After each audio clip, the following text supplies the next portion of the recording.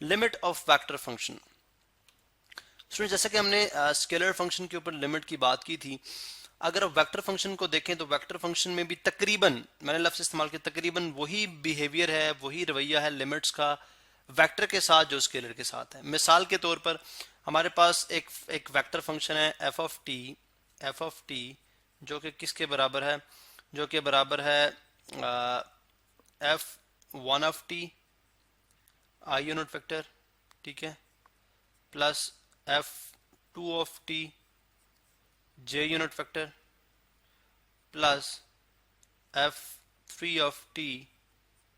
के unit vector. ये मैंने एक थ्री डायमेंशनल सिस्टम के अंदर एक वेक्टर लिया है, वेक्टर फंक्शन लिया है। अब जाहिर है ये वेक्टर फंक्शन अगर मैं यहाँ पे आपको शो कर दूं, डायमेंशन थ्री डायमेंशन सिस्टम भी शो कर दूं, तो मेरे पास एक एक्सिस ये है, एक मेरे पास एक्सिस ये है और एक एक्सिस ये है। ये दरअसल आपस में तीनों ही परपेंडिकुलर हैं, ठीक है, और यहाँ पे मैं इनकी परपेंडिकुलरिटी जो है वो यहाँ पे टू डायमेंशनल पे शो नहीं कर सकता, ठीक है, ये इसके साथ परपेंडिकुलर और ये इसके साथ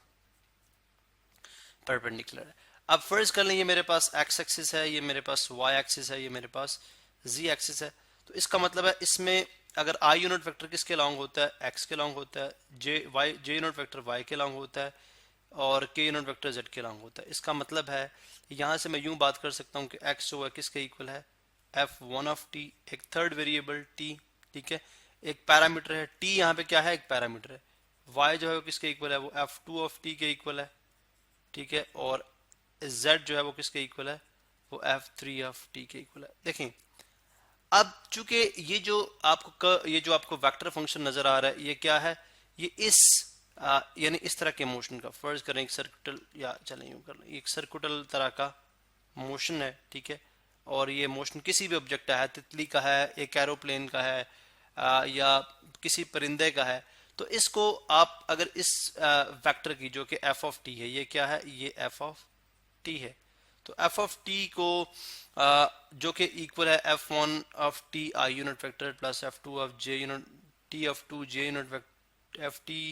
F two of T J unit vector और F three of T K unit vector. एक किसी भी पॉइंट के ऊपर हम इस ऑब्जेक्ट की पोजीशन बता सकते हैं, लेकिन विद रिस्पेक्ट टू ओरिजिन। जाहिर है कोई रेफरेंस होता है, उसके मुताबिक आप इसकी पोजीशन बता सकते हैं। जैसे ये वेक्टर कभी यहाँ पे था, ये वेक्टर कभी यहाँ पे भी था, ठीक है, ये वेक्टर कभी यहाँ पे भी था, ठीक है, क्योंकि अगर सबसे इंपॉर्टेंट बात, अगर आप वेक्टर का टर्मिनल एंड देखें तो वो हमेशा उस कर्व के ऊपर यानी सर्कुटल कर्व के ऊपर ही मौजूद है, ठीक है, उसका जो टर्मिनल पॉइंट, टर्मिनल मीन जिस जिस तरफ एरो है, वो अगर आप देखें तो हर दफा वो उस कर्व के ऊपर आता है। इसका मतलब है आप टी की कोई भी खास वैल्यू जब इसके अंदर रखेंगे आप, तो आपको वो हर मुख्तलिफ जो है वो वेक्टर जो है वो देता जाएगा, पोजीशन वेक्टर मिलेंगे, ठीक है। फर्ज कर लें मैं जैसे ये एफ वन टी है, ये एफ वन टी है, एफ वन ऑफ टी, ठीक है, चले मैं थोड़ा सा बेहतर तरीके से लिख देता हूँ, एफ वन ऑफ टी है, ये एफ टू ऑफ टी है, ये एफ थ्री ऑफ टी है, ये एफ फोर ऑफ टी है।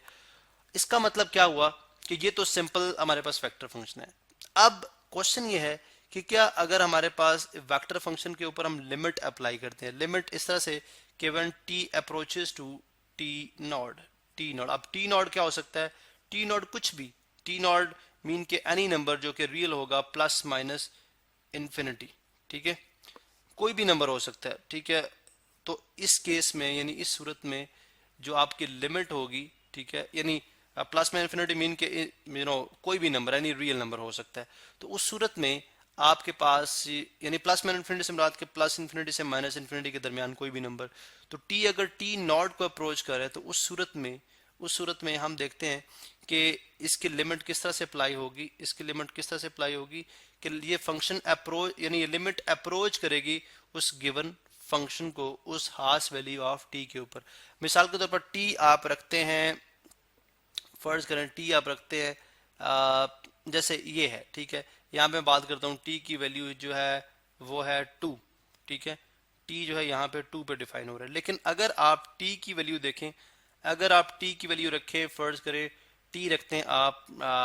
दोनों साइड से ऊपर यानी लेफ्ट साइड से भी और राइट साइड से भी, हम देखते हैं लिमिट का कॉन्सेप्ट। जैसे 2 के ऊपर ये वैल्यू आ रही है, अगर टी फर्ज करें यहाँ पे मैं कहता हूँ टी इज इक्वल टू 2 है, तो t इज इक्वल टू पे ये वैल्यू आ रही है, ठीक है, t इज इक्वल टू पे ये वैल्यू आ रही है। लेकिन अगर आप t इज इक्वल टू से ग्रेटर वैल्यू, जैसे स्लाइटली थोड़ा सा कुछ स्मॉल क्वांटिटी ऐड करें या कुछ स्मॉल क्वांटिटी सब्ट्रैक्ट करें, तो स्मॉल क्वांटिटी ऐड करेंगे तो 2.000001, और अगर आप स्मॉल क्वांटिटी सब्ट्रैक्ट करेंगे, ठीक है, t1 कह लें इसको, t2 कह लें, तो वो क्या बन जाएगी 1. ये बन जाएगी 1.999999, ठीक है, ये बन जाएगी। सब्ट्रैक्ट करेंगे स्मॉल क्वांटिटी, तो आपने देखा जब ऐड करते हैं ये क्वांटिटी बनती है और जब सब्ट्रैक्ट करते हैं ये क्वांटिटी बनती है। अब t1 जो कि 2 को अप्रोच कर रहा है,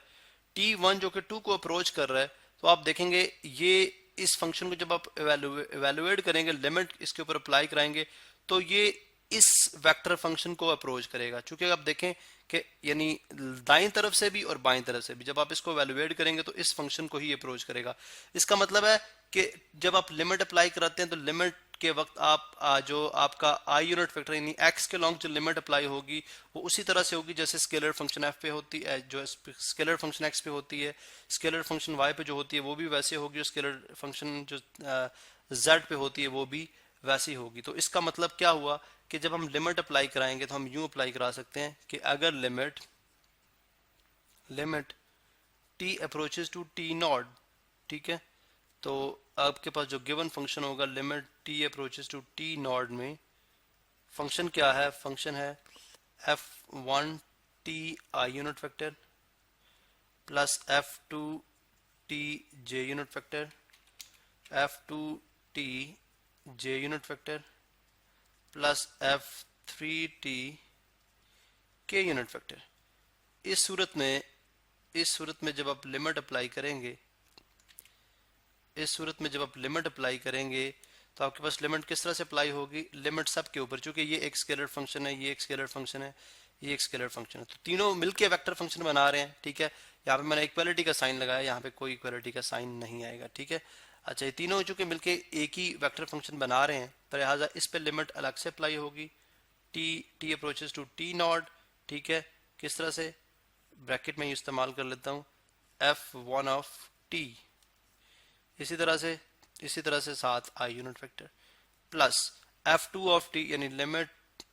t approaches to t not, यानी सब पे अलग अलग होगी, ठीक है, f2 ऑफ t